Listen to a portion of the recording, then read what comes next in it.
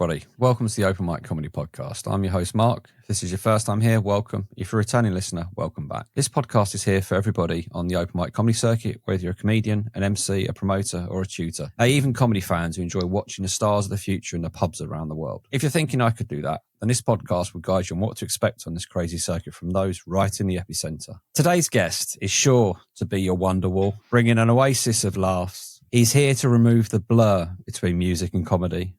So if you think you're feeling swayed and moody, he's going to pulp up the energy and have you singing along like common people. So don't sleeper through this one. He'll keep you on a bittersweet symphony of laughs and surprises. Give it up and let's elastica stretch those smiling muscles. It's Jack Henison. I like it. Oh, I went prematurely in. Aren't we all? How are you doing? Yeah, I'm great, thanks. How are you? I like that opening. I just had to get something in there to do with music, and I thought, right. And you know when you go on a tangent, it's just like, okay, Oasis, Blur, Pulp. People keep coming up to me during their sets being like, what do you think of Oasis reuniting? And I have to keep saying to people, I know I look it, but I'm not that big an Oasis fan. I keep getting sort of like racial profiled, I think. You know what I mean? Like that. It's the hair. It is. How are you doing anyway? Yeah, I'm great, Mark. How are you? Thanks for having me on. It's been a bit overdue. You asked me to come on this ages ago. Yeah. I didn't own a laptop at the time. And now I've got one. And then we've finally been able to do this now. I almost had to borrow one from work. I was like, I was just saying, can I work from home? And they were like, bloody hell, Jack's keener than normal. What's happened to him all of a sudden? So how have you got into stand-up? What's your history with it then? Okay, so I've got an interesting history with it. Well, I say interesting, it's more interesting in the sense that when I tell people this, a lot of people don't know this and they're quite shocked to hear this, but I actually first did stand-up back in 2017. Okay. So what it was when I did it, and it was completely different to how I do it now. I'll give you a very brief synopsis. I actually did it as part of a double act. Okay. It's really mad now because basically 2017 in comedy for anyone, it's not that long ago that you wouldn't remember this, but just very quickly, it was very different to now. It was heavily political back in 2017, obviously because you just had the vote to leave the European Union and the American election at that time. So people were talking a lot about that. And me and a friend who was part of the double act, we decided to write this song that was kind of parodying the left-right wing divide, and it's completely different to what I would do now because I would not do anything. It was more satirical. And it's not like for anyone who's seen my act now, you'd probably be like, what the hell? That's Jack. But we did it as like a song. It was like a parody song. Yeah. And I'm still really proud of that routine. It was really good, but it's not what I'd want to do now. But by the way, here's an interesting fact about that gig. Our first ever gig was at Comedy Virgins. Mm-hmm. Back in 2017, and a good mate of mine on the circuit, whose name is Jack Henison, was actually at that gig. I shared a ride home with him once from Milton Keynes, and I was telling him the story, and he went, hang on a minute, I think I recognise that. And I showed him the video, and he went, oh, yeah, I was there in the crowd that night, which is just mad. And Jabemi Oladipo, who now hosts The Blackout, he came second in the clap-off, and we came third. So it's just, and I've since gigged with him then, so it's just a bit, comedy's such a small world, isn't it, really, when you do it. So I did that a few times. Like I said, when I did the gigs I did in 2017, I can't remember an exact number, but it was only a handful of times, right? It wasn't enough to cement myself or anything like that, or get properly ingratiated with the culture of the open mic circuit. A couple of times I thought to myself, I need to do this like solo. Yeah. Not for any reason other than I need to know if I'm confident enough to do it alone, type thing like that. And I tried it again, tiny amount of times. And my big thing back then was I was obsessed with the idea that you had to be original. Yeah. Again, it's probably just my indie sensibilities, you got to be original, man. And I don't know what I was doing. It was not good when I was doing it solo. I now know, having seen him. Have you gigged with Ollie Miller yet? Have you ever gigged with him? Right. Yeah. So Ollie Many Miller times. he's brilliant. He's so good. I now realise that I was trying to do something that he does, which is like kind of like a stream of consciousness. Yeah. That kind of presentation, but I was doing what he does really well. I was doing that really badly, but it's only seeing someone do what you were trying to do well that you realize what it was that you were trying to do. And I just wasn't very good at it, to be perfectly blunt with you. And I just was like, you know what, I've given it a go, no harm done. I'll just move on. Anyway, fast forwards a few years, and I really didn't have any kind of like desire to get back into to comedy. I don't know what made me want to get back. I really can't think of an exact pinpoint moment, because I was going to, believe it or not, I was actually going to retrain and do a course in how to become a counsellor, which is quite random, I know. Yeah.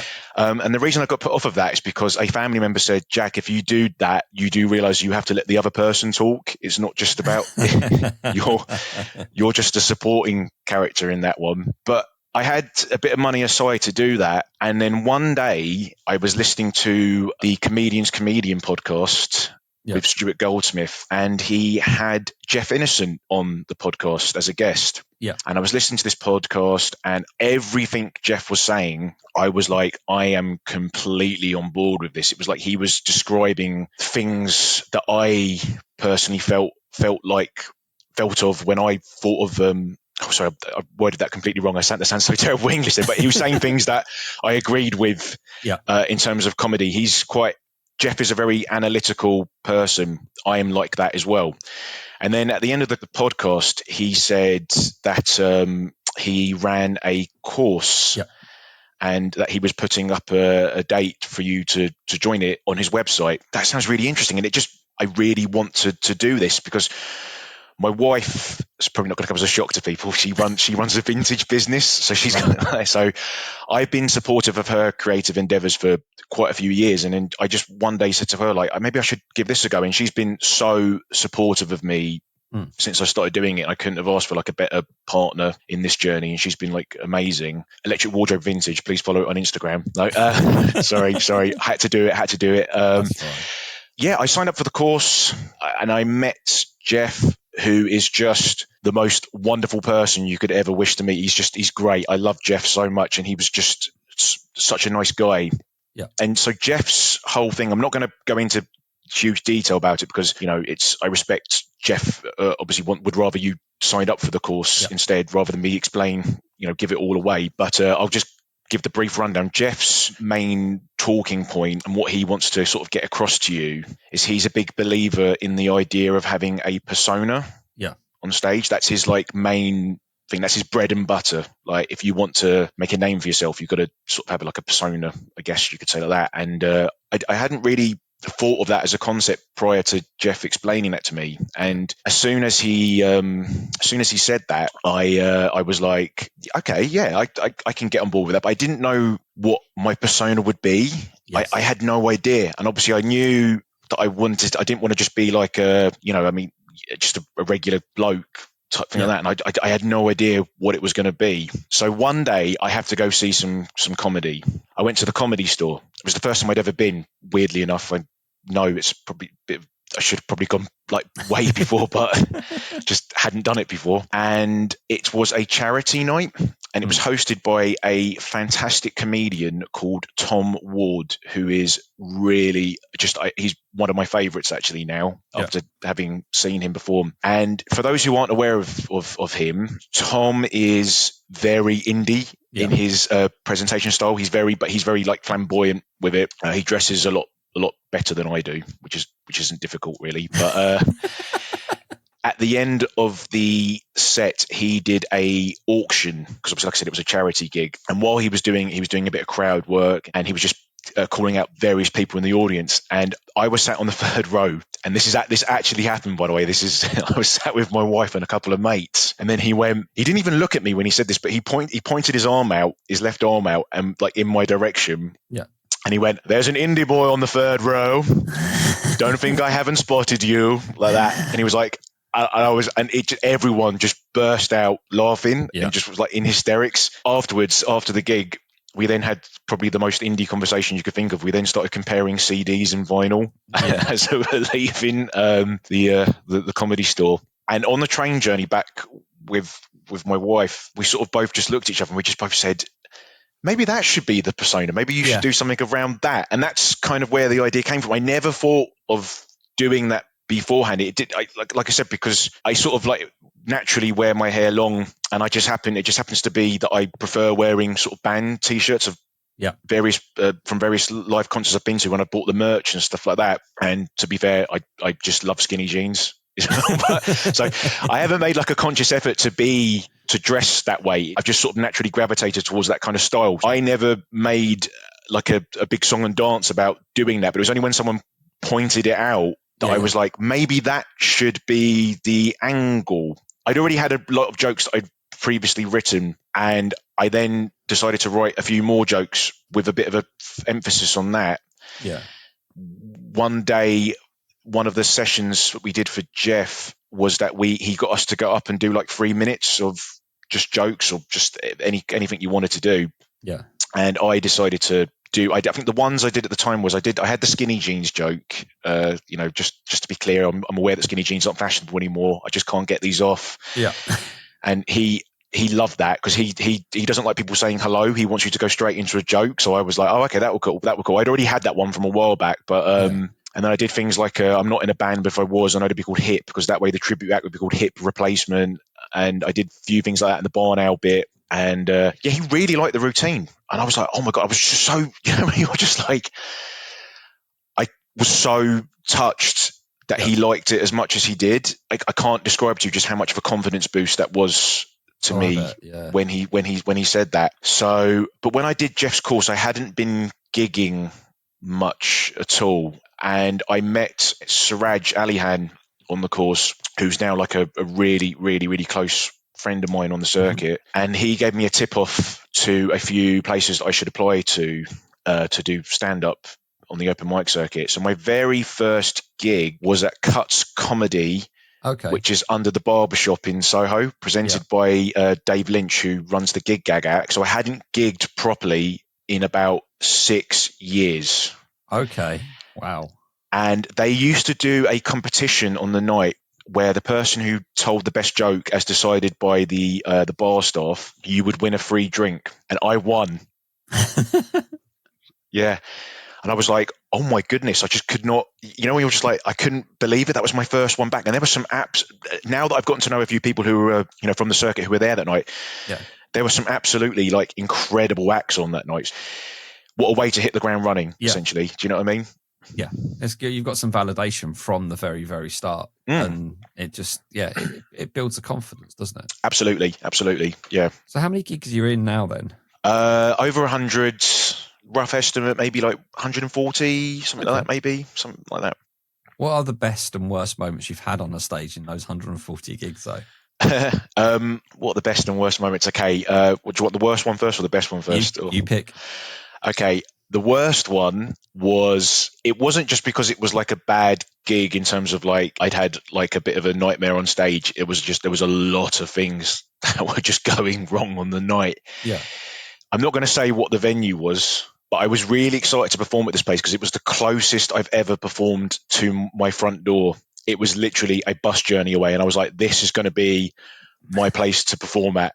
It's just convenient. It's down the road. I get there and it was already just like, there was a lot of tension on the night. The guy hosting it said to me, just by virtue of you being the most experienced person here, you're going to have to open the show. And I was like, oh no. Because there was a lot of people on who'd only done who'd done under 10 gigs. Yeah. But there was a young lad there. I really don't like seeing people sat by themselves. I'm quite a sociable person. Yeah. I don't know if you've noticed that. I talk quite a lot. And he was just sat by himself, and I was with a mate who was my bringer.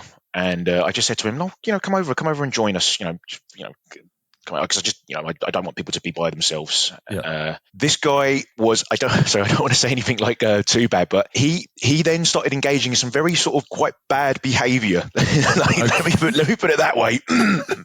So I got up on stage. It was just like a nightmare gig. It was just like nothing was landing. And I ended up just sort of ad-libbing and just being like, oh, you're not going to like this joke. Yeah. And then every time I said that, I would get a laugh when I said the joke. And I was like, oh, do you know what the hell do I know then? And I would just tap the microphone being like, well, look, I'm not an expert. Yeah. And it just wasn't going well. And this guy that got up on stage, the one who I made friends with, well, I say not made friends with, so I'm saying that in inverted commas. Yeah. And he wasn't doing well at all. And I've never seen him since. And I've told this story to people, and people were like, what the hell? He took a pint glass of him on stage and he put it down on the floor and he said, if you guys don't start laughing, I'm going to kick this into the crowd and you're going to get covered in beer and glass and stuff like that. And I was like, what is going on? But then it wasn't just that. Loads of the other acts were just sniping at one another and heckling each other. And I was like, it wasn't just because you'd done badly. It was also one of those nights where you were just like, I need to get out of here. Like, I want to go. I need to go home. But I just want to make it clear for anyone who's listening, that's not like an overview of the circuit as a whole. I think that was just like a one-off of that night. It's not normally like that. Yeah, that was probably my worst gig. Best gig, easily, hands down. Still love this gig to this day. I think back at it and I'm just like, I beam every time I think of it. It was the summer competition for the Comedy Virgins I'm Not Going to Edinburgh. Yep. I'm going to stay in London and win cash instead competition. I had just done the blackout beforehand and I didn't have a great time. And that was my very first gig afterwards. Mm-hmm. And I went into there being like, I don't know what I'm going to do. I have no idea what my material is going to be like. Yeah. I wrote down my set in my head about probably 5 minutes before going on stage, because obviously you don't know what order you're going to go in. It's just done randomly. And when everything just clicks into place, it's just bam, bam, bam. Every single joke landed. It could not have gone any better. Sakiza is just who hosts. Her crowd work is just phenomenal. She gets what the information that she gets out of members of the crowd is just so good, because you can hear people say stuff and you're like, okay, well, I've got a joke similar to that. Yep. I'm gonna do that. And there's a guy in the audience said that he was from Stoke, and I was like, chef's kiss. This is amazing, because I've got you know what joke I'm talking about. Obviously, I know the joke. You know the joke. So I did that joke, and it got like a huge round of applause. And I just went up to him, and he was in the front row, and I was like, "Thank God you're here, man!" Thank God. I gave him like a little fist bump. It was just like, "Oh, this is so good." And that 5 minutes, I immediately was like, "I've got to buy that," because obviously they film it for you at the Cavendish Arms. Yeah. Loads of venues that I'd previously applied for that hadn't gotten back to me. I've since used that video, and I've just been getting so many better gigs because of it. And I think that just to show you, just get a good 5 minute clip, and it will just work like wonders for you in terms of getting better spots. You touched on Gong. You did a Gong show. Was that the one and only, or have you ventured into multiple? No, I've done two. I've done two, both up the creek at the Blackout. First one, I didn't make it through, but I did well. I did all right, actually. That was the weird thing. Like I was getting I got like applause breaks for some of the jokes, because some of my stuff can be quite one-liner heavy. I was shocked with how well it was going. I know that I'm fully aware my material can be incredibly silly, and a lot of people who were getting through were doing sort of storytelling or like identity-based jokes, and I don't really do any of that. So I was like, wow, okay, I can make it through.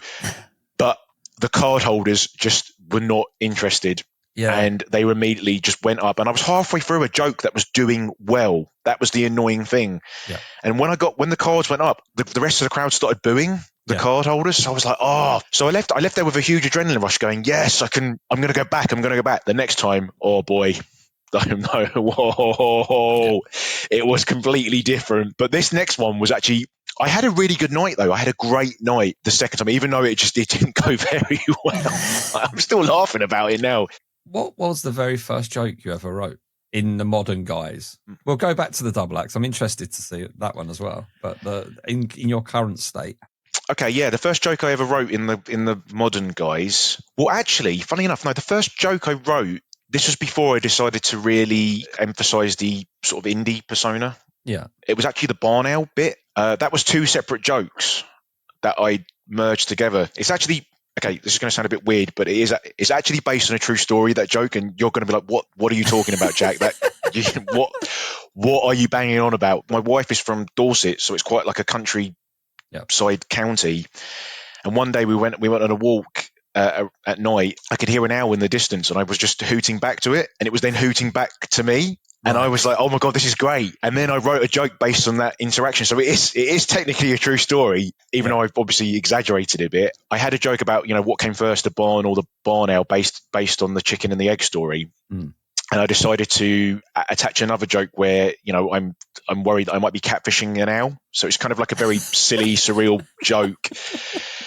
What I've done since then is that joke is at the end, I say, I feel like I'm catfishing it. And then I say, what if it's just like another lanky indie bloke in the distance doing the same shtick back to me? Yeah. That bit I've since added on because I'm trying to tie it back into the stage character. Yes. That was the first one that I wrote. But the first one I wrote as the identity I'm doing on stage, it was the skinny jeans. That was the first joke I wrote thinking I'm going to have with that in mind. I wrote that just before I did Jeff's course, and I'd rehearsed it a few times, and I was just like, I'll see how this goes. And it went down really well. And I think another great comedian on the circuit, and I know he's been on this as well, is Deepak Patel. Yeah. He said to me that he really loves that as an opening because he said it just immediately introduces the crowd to who I'm trying to portray myself as on stage. Yeah. That of a guy who's kind of got like Peter Pan syndrome, kind of stuck in the 2000s, which isn't really a million miles away from my everyday persona, to be honest with you. So talking about the musical stuff, I mean, obviously you are musically driven in terms of the material, your persona, and we've spoken on chats and stuff regularly about music. You have a real passion for it. Was it a case of the indie persona kind of led to you creating the jokes around music and bands and puns that you did for a little while, or the jokes that you wanted to make then lead to you creating the indie persona, if you see what I mean? Yeah, it's a great question, actually. A bit of both. So, yes, I have definitely, since adopting the persona, I have definitely written jokes that I think would adapt to that. Yeah. 100%. I've got two different sets. I will occasionally do the one-liner band set. Yeah. Where it's all based on wordplay type thing like that. But then I've got my sort of more long-winded sort of whimsical stuff, which I guess they're still kind of one-liner-ish as well, because they're not. It's just joke within the setups. But I mentioned earlier about how I was obsessed with the idea of being original. I was not in a good way. I was being quite like toxic about it. I was like, you gotta do. And I'm older and wiser. I now realise that's just a stupid way to look at it. What I think now is I think you don't necessarily have to have like an original material in inverted commas. I think you can sometimes come on stage and have like an original persona, and people will remember you that way. But what I have done by adopting this persona, I've found a way that I've been able to talk about topics that I am genuinely interested in, and a way to make them palatable to a mainstream audience. I'm saying that in the most indie pretentious way ever, but you get what I mean. Yeah. I quite like the idea of not talking about a topic that I've heard someone else do. Yeah. Right. And if I do touch upon a topic that is, like I've got jokes about AI or, vegans and stuff like that, but I'll put a little twist on it. It's normally like a wordplay bit, or I'll compare it to like some sort of animal or whatever like that. It's going to sound really weird out of context, that, isn't it? But one of my favorite jokes that I really love doing, and I don't do it that often, is, and I found because of the persona, I found a way to make it work so that people will get it. Like when I was, and this is a very cathartic joke for me, right? Because when I was younger, I was just, and I can own it. I know I was. And for anyone who met me between the ages of 17 to 22, I'm sorry. Okay, I'm sorry. If you're probably not listening to this, but I want to say sorry anyway. I was just such a dick about music to people. I'd be like, oh, it's too mainstream. Why are you listening to that? Yeah. I cringe when I think of that, because I'm not like that anymore. I wrote a joke. I really cringe when I think how I was when I was younger. Like mates would come up to me, they'd be like, oh, Jack, have you heard this band or this song? And I'd be like, that's not real indie. That's far too mainstream. But I now realise I sound like the type of bloke who goes, Venezuela, that's not real communism. No, real communism's never been tried before. And what I love about that joke is it's very cathartic, because I'm taking the piss out of my younger self. Yeah. Using an analogy, because everyone both knows a person who is really pretentious about music, and I think a lot of people have met someone who has, that phrase about not real communism. Everyone's familiar with that phrase. So it's like an analogy that people get. Yeah. but obviously I'm still the butt of the joke. Adopting that persona, I found a way to talk about topics that I'm genuinely interested in. Like, for example, for example, like being like a bit of a music snob. So has that joke then, did it come out formed, or have you played with it and expanded it or done anything to it? No, do you know what? I have that joke.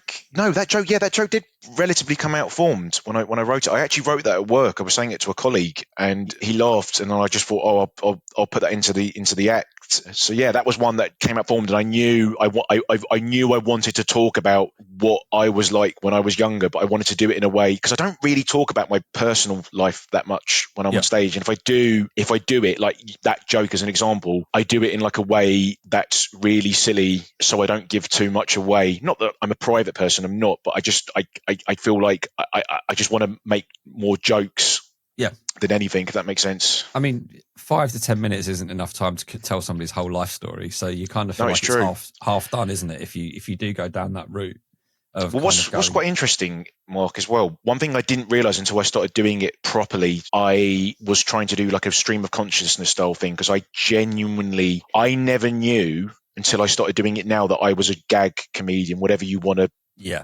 call it, whatever terminology you want to use. I really didn't know that I had that in me. I know that sounds really strange. I'm not sure if you hopefully you'll get what I mean. But it was just one day I was just writing loads, and I was just putting pen to paper, and I was just going, there's that I want to talk about that topic. I want to do that topic. And that's normally my writing process. I'll normally think of an idea, and I'll just be like, right, I want to talk about gatekeeping in the indie community in like the 2000s. And I'll be like, where's the joke in that? Yes. How can I do that? And that's when I came up with the idea to sort of compare it to people who say, the communism phrase. Mm-hmm. So I knew that's something that everyone has experienced in their life and seen that phrase. So I was like, I have to do it in a way that I'm not going to alienate an audience. It has to be an analogy, because a lot of my comedy is based on metaphors and analogy. I've noticed. So using it as a way to sliding topics I'm genuinely interested in, that's not going to alienate a crowd, if that makes sense. Yeah. Well, when I was younger, getting into comedy, I mean, of course, I'm into comedians that people would expect me to be into. Like, I love the sort of more alternative guys, like, Dylan Moran, Stuart Lee, obviously you love him a lot, and Bill Hicks. I love those kind of guys based on being a bit of a pretentious indie kid. But I've always really loved incredibly silly stuff. The first that I ever remember finding out that was comedy related, that I ever remember laughing out loud at, I was about 11 or 12, and I was watching the telly with my dad, and we were watching a Two Ronnies retrospective. Mm-hmm. And a sketch came on TV, and my dad said, "This is a classic. You really need to concentrate on this one." And it was the Four Candles routine. Right. And the first minute I heard that, I was like, that is just incredible. Like, that was when I realized I just really loved wit and wordplay from that moment on. And I've always really loved, some of my favorites are people like, Stephen Wright, Mitch Hedberg, Tim Vine. I love Tim Vine. I love like the Zucker brother movies, the Airplane. I love all that kind of. Oh, you are so much in my era for this, because my utter favorite ever comedian is Mitch Hedberg. Oh, is he? I only discovered him. Must be about 2006, 2007. Oh, so the year after he died. I couldn't tell you what year he died. I know he died early, but me and a mate, we sat down and he said, "You've got to watch this guy," and brought round the DVD or whatever and put it on, and that was it. We were just done. Oh, he's a genius. He is a genius. I was playing it to a mate of mine, the mate I stayed in Brighton with recently when I was gigging down there. He'd never heard of him, and he was like, "How do I not know who this guy is? He's just a legend." Do you know Emo Phillips as well? No. Check him out next. He's still alive, and he recently went on tour with Weird Al Yankovic. He's phenomenal. Anyone listening, Emo Phillips, check him out. I had to get an obscure comedian in. I had to. Sorry. Mitch Hedberg is quite obscure to most people. He is. I don't know why. I think it's just because he's dead. What the thing is that there are some people that don't have that sense of humor, that certain silliness that he has. Like I used to do drugs. I still do, but I used to too. Yeah. You got the line right. I didn't. But rice is a great thing if you want to taste 1,000 of something. And it's just those silly little things. And there are people there would be going, yeah, whatever. My favorite Mitch Hedberg joke is, "I went into a record store that specialized in hard to find records. Nothing was alphabetized. It's just that. Yeah. But I can imagine, like, when I watch it on YouTube or DVDs, etc., and I still find it hilarious. But I imagine what it would have been like in the room. Oh, it would have been phenomenal. It's things like you're having a king size bed. If a king turns up, I've got just the thing for you. Just like, it's so ridiculous. There's not many comedians like that. He would do the thing like when he's on stage, and if a joke hasn't quite landed, he would just stand there and wait. Or we'd say, edit that. Can we edit that out? Can we edit that? Yeah. But you just see him just waiting and waiting. And then there would be that little ripple of people suddenly getting what he said. I mean, we both know like Marc Rivlin stuff with the one-liners, but his Hedberg's like this one-liner, obscure, bizarre, odd, but amazing. The closest I've ever seen to someone doing what Mitch Hedberg does, and she is absolutely brilliant. She's one of my favourites. Have you ever gigged with Belle Gold yet? No. Oh my God, you've got to try and get on a lineup with her. She is very similar to like a Stephen Wright or like a Mitch Hedberg. She is really good. It's all like non sequitur, one-liner type things. But Marc Rivlin is a hero of mine. That man. I just the minute I saw him on stage, I did a gig with him once like a year ago, and I was just when you're just like, you've got me. You got me, man. It's like what you say. It's just like, there's a part of it that just thinks, I wish I could do that. Yeah. I think sometimes with comedy, it's like, I've spoken to a few people about this, and I don't know if you have a similar theory as well. There might be someone that you're really influenced by, but you shouldn't try and imitate them. Yeah. Because more often than not, you've got to sound like, you can't be Mitch Hedberg.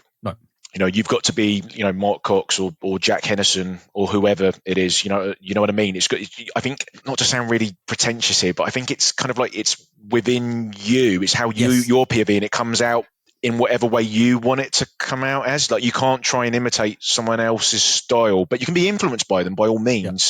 Does that make sense? Yeah, it's being authentic. If you're being authentic on the stage, and people believe you, and they will come with you on that journey. If you're not authentic, then you probably lost the room straight away. If somebody comes on and says, it's a classic one, I think it's been mentioned. I think Adam Bloom mentioned it in his book, where he said somebody comes on stage talking about being downbeat and hard times wearing an Armani suit. You kind of go, yeah, whatever.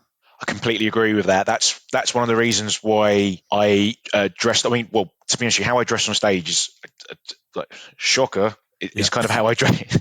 It's sort of how I dress in real life anyway. I'm not. It's like, what I mean. But if I was coming on stage and being like, "Hey everyone, I really like this kind of music," but I was wearing like an Armani suit, as you say, people would just be like, "What's he talking about?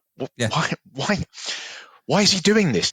If I go on stage, I'm wearing clothes that I'm comfortable in and clothes that fit me, as in fit what I would look. So it is over shirts and t-shirts and hoodies and jeans. That's or the David Baddiel t-shirt as well. Yeah, all of that kind of stuff is there. There's unconsciously become like a section in the wardrobe that is kind of like the comedy clothes that I don't wear. It's like a cartoon when it's the same. It's really weird. It's like there's like three checkered shirts that are there that if I don't fancy wearing the Baddiel t-shirt, then I have, it's going to be a plain t-shirt and it's going to be an overshirt. Or if it's like, okay, there's a couple of hoodies that I'll wear for that. That's kind of like a getting dressed for comedy.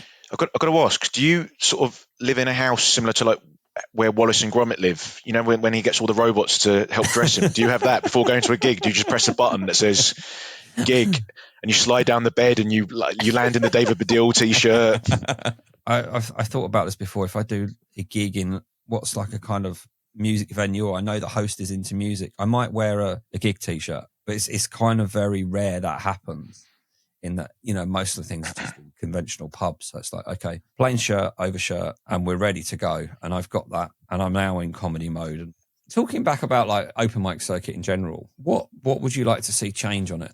Okay, what I would like to see change, this is going to maybe potentially be a bit of a weird thing to say on the open mic comedy podcast. Less podcasts. Less podcast, more open mic. Yeah, okay, one thing I'd like to see change, like I said, a bit weird of a thing to say on a podcast that's promoting the open mic. I love the open mic circuit. I think it's great. I personally think that there are now too many open mic nights. Now, what I mean by that is, for me, there are two types of open mic, right? There's new act, new material. Yeah. So that's when you can go on stage. And these are vital, right? These are absolutely vital. And there's some absolutely wonderful places that offer that. I'm thinking Too Far, BFF, one of my personal favorites, Comedy Incorporated. These are lovely places to go and test out new material. But what I would like more of is I would like more what I would call new act nights, where you're not going up there to do new material. You're going up there with like 7 to 10 minutes of your best material in front of like proper punters. Yeah. I guess like ticketed nights, I feel like I would like to see more people on the circuit. Instead of just being like, I want to run a night, I'll start as an open mic and make it a bringer. I wish there were more people running ticketed nights where it's like you get like proper punters in. I understand that is, I know saying that it's not easy to do it that way, Yeah. and I get it, but I think I would like to see more people. And the thing is, it's like if it fails, nobody would judge you at all. I think everyone would respect you for. Do you get what I mean? Does that make sense? You're basically asking for like a at the moment, the way I see the circuit is you have the open mic circuit where we all come on, we all have a bit of fun. We all hope to then end up on a bill with a pro act. They're getting paid, you're not getting paid. But you kind of want like I think it's something that Chris Alley's just tried to introduce with the OM comedy, the showcase. That is exactly what I'm talking about. I think what Chris Alley's doing with that night is exactly what I am talking about. I hope that makes more sense then when I say that. It's basically like it's a best in show. Absolutely, yeah. And it's a place for you to go on and you will get 7 to 10s or 10 minutes or whatever. But you do that and you're giving your best material and you're putting on a showcase of the best talent that you know and you've got around. So there's like it's almost like the next stepping stone that kind of could exist. It's a bit like the Tall Tales and Cocktails, I guess. Yes. Those kind of things. Exactly that. Greetings, listener. Sorry for the interruption. It's John Payne from episode 41. If, like me, you're loving this episode, in the hot tub with 9 merchant sailors, listen to your higher self, consider giving it a 5-star rating, and follow the pod on whatever app you're using. It's the right thing to do, right lads? And Mark will be forever grateful. Now, our helicopter has arrived, so I must beg your leave, but please enjoy the rest of this absolute humdinger of an episode. We've spoken kind of offline about you just done a few gigs in Brighton. How have you found venturing out of the city as such? Yeah, loved it. I've genuinely loved gigging outside of London. So I've done maybe 6 or 7 now outside of London, mostly in Hertfordshire and Buckinghamshire. Like my favourite one in that region has got to be For One Night Only in Hitchin. I cannot praise that gig enough. That was excellent. I think gigging outside of London, you notice different things. Like, number one, the audience are really up for it. And the other things you notice as well, like doing the gig in Brighton. This is mad what happened as well. I did the Secret Comedy Club on Tuesday, and in the interval, a man came up to me. I didn't know who he was at the time.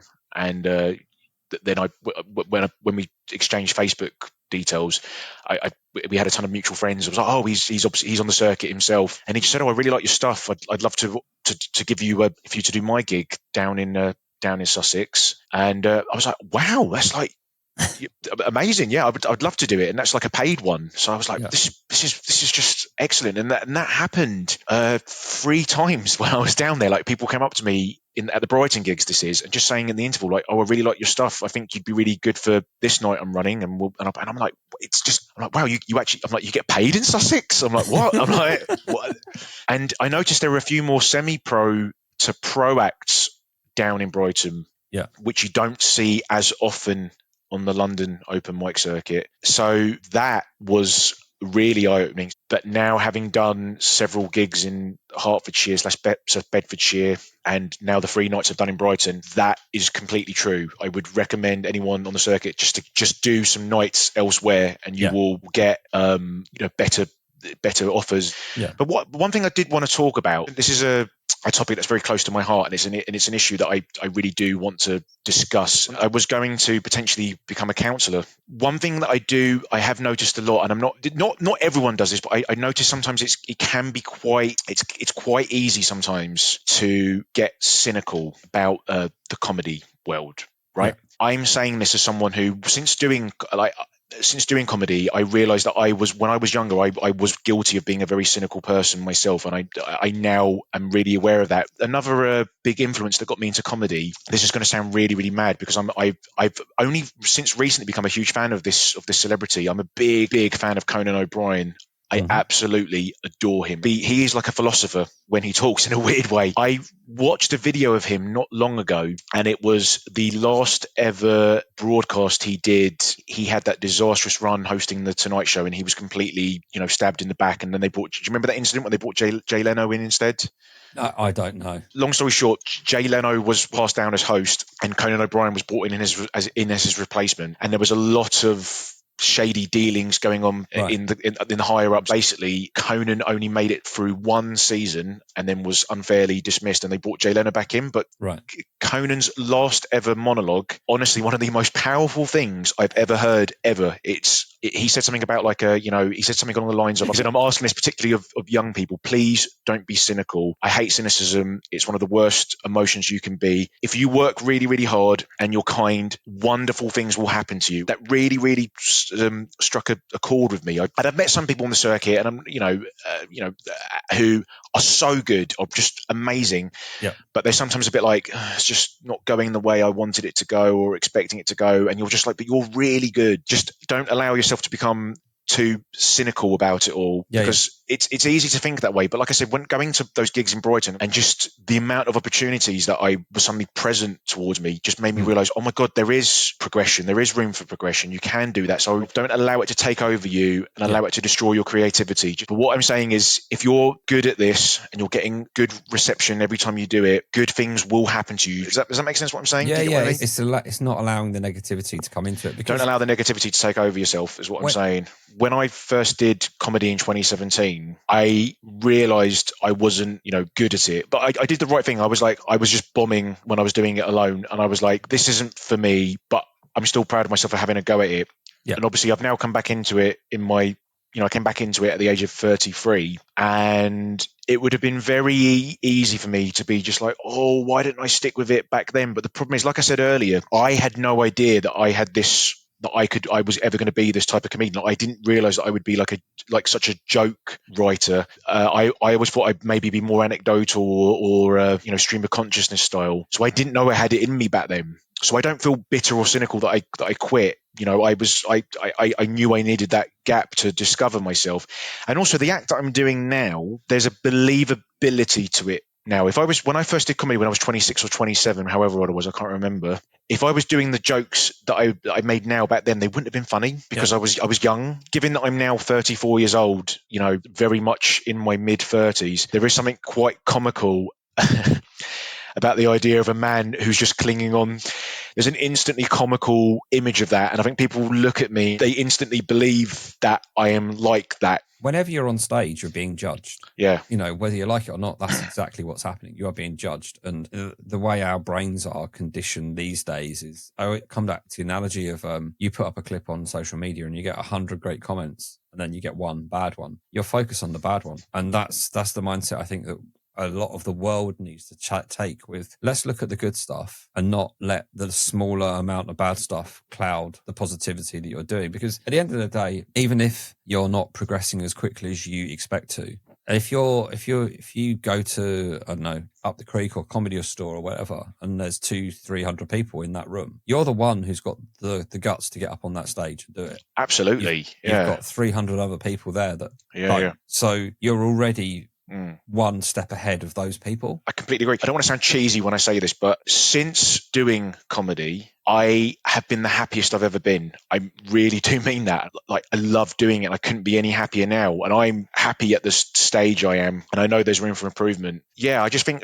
with my approach to comedy, I just think, and how I write material and how I conduct myself on stage and how I present myself. With me, I feel like in a world where you can be cynical, be silly. Yeah, most people will believe we're in this world once, so make it fun, make it happy, Yeah.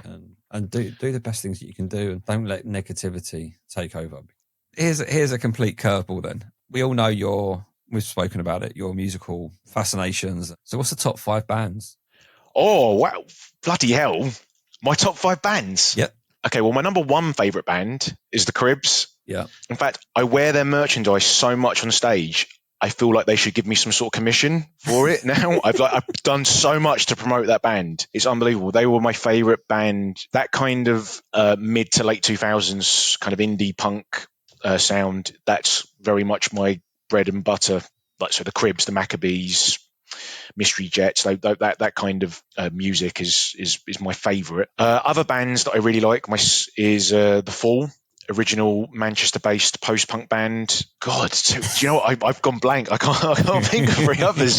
They're 2 that would immediately come to mind out of bands that I really adore. God. Oh, this is hard. Is there 3 more? There must be 3 more. Come on, Jack. To be honest with you, recently I've been listening more to albums than actual bands as a whole. So I could probably give you like my top 5 albums as well, if that's a better question. Okay, well, number 1, a very cliched one. It's got to be In the Aeroplane Over the Sea by Neutral Milk Hotel. 10 out of 10, that one. Another 10 out of 10 is Strawberry Jam by Animal Collective. Right. Everyone always talks about their album Merryweather Post Pavilion, and that is a great record. Don't get me wrong. Strawberry Jam, in my opinion, is 10 times better. I'm not just doing that to be like contrarian and be like, yeah, this one's better. This one's better. I do genuinely believe that. Man's Needs, Women's Needs, whatever, by the Cribs. That is one of my favorites. I saw that one performed in Hull. As a whole, twice. I went to both of their shows in Kentish Town. That's again one of my favourites. This Nation Saving Grace by The Fall. The Fall have like 50 albums. It's quite it's an intimidating discography. Yeah. If you listen to that one, and if this is for you, you can go further. And if that's not for you, just quit, because that's their most accessible record, I think. And another one. Oh, actually, yeah, another one. Here you go. Actually, one of my favourite bands. I can't believe I've missed them out. One of my favourite bands of all time. They're called Half Man, Half Biscuit. Yeah. Are you familiar with them? I know the name. I don't know the band. Everyone knows the name, but they don't know the band, right? I listened to them for the first time about 10 years ago or so, and they are just so funny. Right, they're a huge influence over the comedy that I do as well, with indie music and like indie culture. Their music is obviously quite post-punky kind of indie, which you associate as being kind of like very serious. Yeah. But their lyrics are just so silly and comical and funny. They're constantly referencing Z-list celebrities from Britain, or like really mundane British places. They're from the Wirral in Merseyside, and they are excellent. Their album, 2005 album, Actung Bono, which is yep. You've obviously already got the pun. Yep. It is one of the best albums you will ever listen to. Like if you come out of that album and you haven't laughed once, you have no soul. All right. And I'm an atheist saying that, so that's a bit weird. But it is just laugh out loud. They've got one of their best known songs is called Joy Division Oven Gloves. Right. And it's all about the mass production of. They're just using Joy Division, because you know how when you go around, you just constantly see Joy Division merchandise everywhere, and it's probably got nothing to do with the band. Mass production of Joy Division merchandise, and how far removed it is from the band, to the point where they've made oven gloves. So it might be a bit ironic when I tell you that I've actually got a pair of Joy Division oven gloves. You know, the Unknown Pleasures album? My wife for Christmas bought me a pair of Joy Division oven gloves, like the Half Man, Half Biscuit thing. So I am actually going against the messaging of the song. I am such a fraud by doing that, but it was the best meme present I think I've ever received. Actung Bono, Half Man, Half Biscuit. Put the link in the podcast description, all right? Put the link for that album in there. I'll send it to you. Yeah, one of my favourites, that one. So here's one for you then. Go on. A band you wish you'd seen live but haven't, or couldn't, or can't. Oh, The Fall. Yeah. 100%. Easy. Bands that you just kick yourself for, like, oh, why couldn't I have gone to them? But the problem is, I got more into The Fall after Marky Smith passed away. I was always more of like a mild listener. I'd like the odd song, but I've gotten really into their music now since he's passed. So it's quite interesting that like the bands that you were coming up with, because I'm very much I'm probably the era before that era. I used to go to lots of gigs and stuff like that, and I was very much a Britpop kind of, but the lower levels of Britpop in terms of fame. And when you see the bands coming back doing like 30-year anniversaries of albums and stuff like that, and just Let me guess. I'm keen to guess. Is that Shed 7? Is that? I saw Shed 7 for the first time live probably about 2 or 3 years ago at Brixton Academy. It was unbelievable. Unbelievable, absolutely I mean, people walking out still singing the songs. Just obscure Britpop. Echo Belly? Yeah. That's one of my favourite songs. Great Things. It is probably one of my favourite songs. I used to throw my second daughter around in the front room to that song. Oh, she used to sweet. love it. That's cute. But she hates us. She doesn't like that music anymore. Britpop reminds me very much of being, because I was a child in the 90s, so it really reminds me of watching The Big Breakfast. Yes. With Chris Evans. The Word. Well, The Word, I was a bit too young for The Word. I remember TFI Friday. Yeah. But I remember they'd always play music videos. Like I remember they showed Common People by Pulp and It's Oh So Quiet by Bjork. Yeah. On the Big Break, and I remember watching, and I discovered those music videos when I was a teenager. I was like, oh, I remember them from when I was a kid. Yeah, it's just very nostalgic, isn't it? Yeah, it is. It's ironically, I'm going to see the band Therapy at the weekend. Oh, Therapy, really? Yeah, that's right. It's 30 years of Trouble Gum album, and it's just like they do a Joy Division cover as well, actually. Yes, Isolation. Yeah. Yep. Basically, is this your way of saying that my stand-up makes you feel quite nostalgic for halcyon days? Is that what it is? Yeah. It is. It's weird because the question of the bands you wish you'd seen live but you haven't. Are there any bands you've seen live at some point and then decided I can never see you again? Oh yeah, without doubt. Yeah. For good reasons. Yeah. Yeah, because I saw the Foo Fighters play Camden Dingwalls in 2008 as a warm-up show to Live 8. I think it was. And after that, I'd seen him before that, I'd seen him at Earls Court. Then I saw him at Camden Dingwalls in front of 300 people. And I'm like, there is no point in ever seeing them live ever again, anywhere in a big stadium or an arena, because it will never be that moment. Sure. Yeah, I understand. I know what you mean. One for me was, are you familiar with the term indie landfill? Do you know what that is? No. And that's a term, indie landfill was now a term used to describe bands that were bandwagoning off of that movement. There was a list done recently of the top 50 indie landfill anthems. And number one, Can you guess what number one is? I'm keen to see if you can guess what it is. No, I've got no idea. Okay. Number one was Chelsea Dagger by the Fratellis. Now, the Fratellis are a band that I saw live once. I was at Reading 2008, and I didn't intentionally go and watch them. They just happened to be on before another band that I wanted to go see. Yeah. Fratellis, you're probably not listening to this. In fact, you're definitely not listening to this. But if you are, this is not personal. You just weren't very good live. Okay, they came on stage. They never said hello. I mean, if you're not going to say hello to the crowd, at least come on and make a joke about skinny jeans. I don't know. Sorry. And I think they were getting pissed off because people in the crowd started heckling them by going, to say, just play that song. That kind of sort of indie stuff I'm not into at all. That indie landfill stuff, I'm more into like the more like the bands I mentioned earlier, like the Cribs, the Maccabees, that kind of thing. That's more my Modest Mouse, Animal Collective. That's the stuff I'm more into. MGMT, have I forgotten them? Of course. Vampire Weekend. God, there's loads. Yeah. I mean, we've gone off on a way big tangent. We've gone on a way. I said to you in the message, if we start doing like, just rein me in. You started it actually. I know. One thing that I do find quite interesting is people always say to people mostly remember my jokes on stage for the music stuff, but I talk about, because I did film studies at university, and I do loads of jokes about like films and books and TV shows, but it is the music stuff is very much the stuff that people remember most, which I think is quite. I guess it's nice to have a niche. So yeah, I've noticed you haven't asked me what my top 5 favourite films are. There you go. That sums it up, doesn't it? Yeah. If we go back to comedy now, go on. So what's your ambitions then going forward? What do you want to achieve? Okay. No matter how big or small or whatever, just what do you want to do in the next few years with comedy?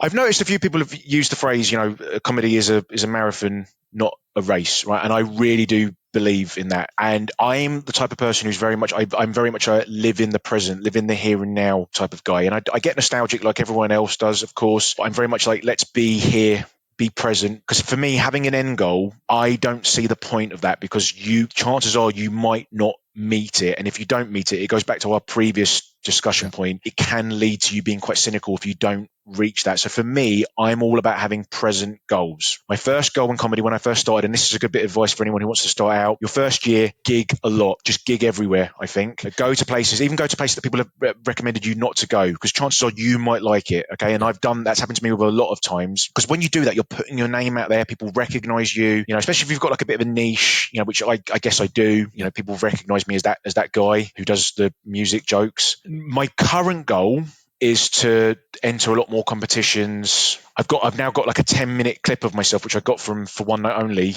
and I've used that to get more 7-minute spots.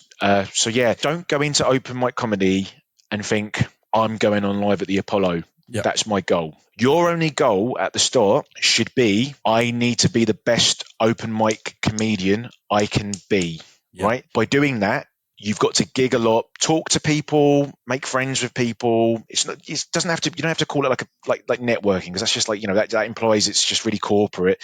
Yeah. Just be nice, just be friendly with people, because chances are they will get you to headline their nights, or they'll give you 7-minute spots, or if they run a night like the sort of nights we were talking about earlier, like the ticketed semi-pro nights or progression gigs, they'll get you on there. That is where you want to be now. And then once you've done that, you can then have your next goal could be get more into doing pro shows. And that's how I operate, my brain operates. And I understand that not everyone thinks that way. But for me, I'm all about being in the moment, have one goal, bam, done it, mate. Next one, bam, done it. Next one. So yeah, that's where I'm at now. I'm going to apply to do more competitions, I think, and stuff like that. That's what I want to do now, and just get a good comedy CV. That's what you need. Yeah. I think. Oh, completely. I think the advice of gig as much as you can, as much as your life will allow. As much as your life will allow, of course. Yeah. If you can do just one a week, happy days. That's all you need to do, really. Yeah, like that. And go to different rooms, meet different people, because you'll see different people at different places, and someone is going to like your stuff, and they're going to be like, I want that type of comedian. Because I think, when people talk about diversity, we talk about things like, age or gender or race. A lot of times people are looking for diversity of comedy genre or styling. And it's like, if you're an alternative act and you're really good, you'll be like, well, I want to have at least one alternative comedian on. If you're like an observational comedian, you're like, because they're always great to open a show, you're like, I want them. Or like a dark humored comedian, I want one of those. Does that make sense? You sort of you see people along the way, and you're like, they'd be great for the night that I want to put on. Does that make sense? Yeah.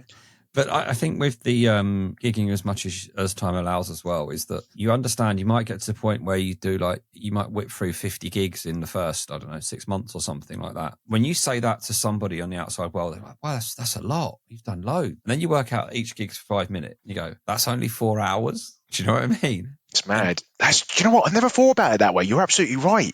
You've only been on stage. You've only been doing that. You've given me an existential crisis. It's the That's mad. Yeah, I've never thought about it in terms of calculating it all up and adding up to how many hours you've been on stage. That is. If you think about it, if you start a new job as a trainee or something, you're not going to be proficient in 4 hours. So manage your expectations to what you can do. So if you go in there thinking, I'm going to be at Live at Apollo in a year, and you've done 50 gigs in a year, that's not going to happen, because that's 4 hours. You're not an Excel master in 4 hours. Do you know what I mean? That is a great bit of philosophy there. That is I've never ever considered it in terms of that way. I like that actually. Yeah. There you go. Just blowing your head apart, haven't I? I'm like the bloke from Scanners, the David Cronenberg film.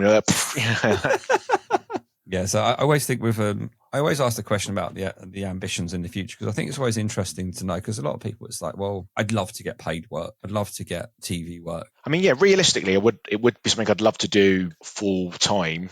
Who wouldn't? Who wouldn't? Exactly. Yeah. But it's just like, there's no point in me going, that's what I want to do, because I wouldn't want to not reach that and then, and then be bitter or cynical about it all, something like that. So for now, exactly what you've just said, I want to work towards doing more paid shows and ticketed events, because like I said, my first gig, I won the best joke prize and stuff like that. And so I really did just hit the ground running. In total, I've not had that many bad gigs. It's gone quite well. This is always the fun question, and this is, again, it's extremely apt for yourself. So things do go well. You're getting lots of paid work, and then the BBC come knocking for Live at the Apollo, and the producer sits down with you and says, "Right, what music do you want to walk on the stage to?" You're beaming right now. Have you been excited to ask me this question? Yeah. You're like, oh, this is the one. What's he gonna say?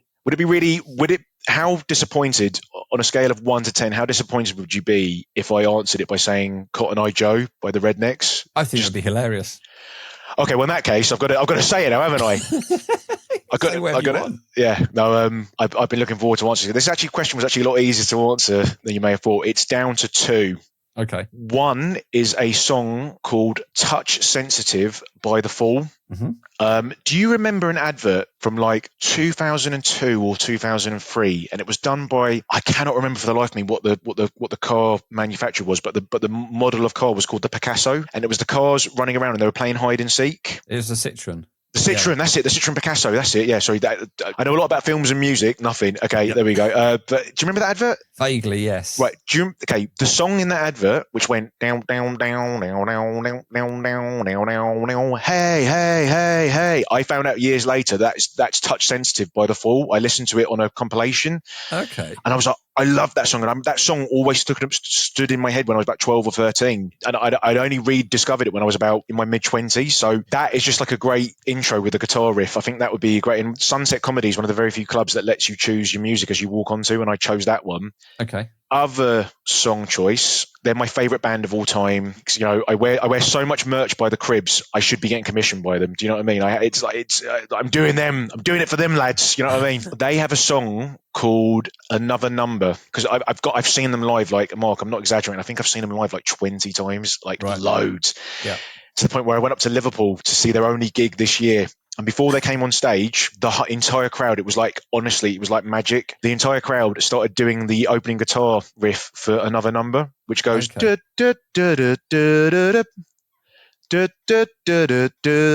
So, again, both songs, it's just the opening guitar riff. I feel like they would be really perfect songs to come onto, because I think they already immediately establish my persona or character. You've alluded to favourite jokes. What is your number one?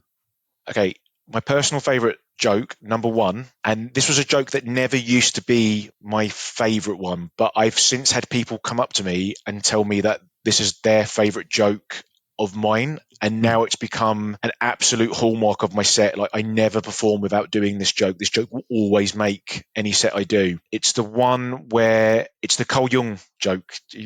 I don't know. It's the one where I say I really should go see a therapist instead of going to see a therapist. I've been reading a lot about therapy online instead. I've been reading a lot about Carl Jung. Apparently, when he first went to go visit Sigmund Freud, he said, "Freud, man, I'm in your great city of Vienna. I'm in my 30s. What would you recommend I want to do when I want to go out?" And Freud looked at him and he went, "Young man, there's a place you can go." Can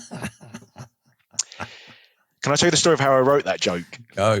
Right. I was at a wedding and I was chatting to a guy. I'd never met someone before who does this for a living. I met a guy who is a psychologist. He's like a sports psychology or something like that. And he teaches at a university. And whilst I was having this conversation with him, at the other end of the table, someone was talking about what's the worst, cheesiest song you could ever have played at a wedding. And someone went, "It's got to be the YMCA." And I was talking to this guy about Carl Jung at the time. And in that split second, I just suddenly went, "Young man." I was like, oh my God, and I was telling him that story, how that joke, I set up that joke, that was me talking to him.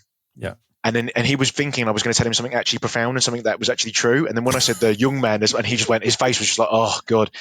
And when I first wanted to do that joke, my wife was like, "No, you cannot do that joke. That joke is just too silly. It's too stupid. You can't do it." And I was like, "I've got to do it. I just got to see if it works." And it absolutely killed the first time I did it. It's one of the very few, you have jokes that they might be your best jokes, but they may have bombed once or twice. Yes. And nice. That's the one joke that has never let me down. It's never, ever let me down. And I think it perfectly encapsulates the kind of comedy I want to do, because on the one hand, it's really esoteric. I'm talking about, famous psychologists, but the pullback and reveal was it's super silly because it's actually based on, so it's that perfect blend of like being esoteric and silly. It's like basically smart dumb. It's a smart dumb joke. I don't know. Is that Yeah. No, I get what you mean. So with that though, has it changed or has it stayed as it was? No, actually, that's a great question. No, but when I first did it, I did it as a throwaway one-liner. But then someone said to me, "This is a really good bit, another great bit of advice." The problem with a lot of one-liners is they are very easy to for people to thieve them. Yeah. Someone said, "Put yourself in the joke." So I originally did it as a starting with Carl Jung went to go visit Sigmund Freud, but then I've now managed to tie it into it always comes off the back of another joke, which is about me being really worried or anxious, and it then leads into me saying I think I need therapy instead of going to see a therapist. So that way there I'm present in the joke. It's still a one-liner, but I'm present there. Because of that, it's a lot more difficult for anyone to want to steal that bit. Yeah. Does that make sense? Yeah.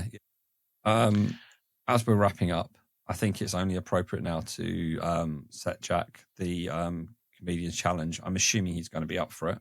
Of course. The challenge is, if you've not heard this before, is to tell a joke from this book called The Little Book of Shit Jokes by Sid Finch. The comedians get to pick a joke from the book, but they only get to pick it by page number. So whatever they get is entirely random. If they pick a page number that's already been picked, we go again. And the idea behind it is that they then film it, put it on Instagram, tag us in it, and all of that kind of good stuff. And we see what their efforts are. But please do bear in mind the title of the book. We're not getting genius stuff out of here yet, I don't think. So, Jack, go on and give me a number between 5 and 95. Let's go for 61. Oh, we have 2 jokes on the page. You want joke 1 or joke 2? Let's go for I'm joke not 1. read them yet. Okay, all right. This is. I'm anxious, man. Joke 1? Joke 1. Joke 1. Okay. The joke I'd like to see you tell on stage is: the dictionary I bought today is just a book of blank pages. I have no words to describe how upset I am. That's actually quite funny. You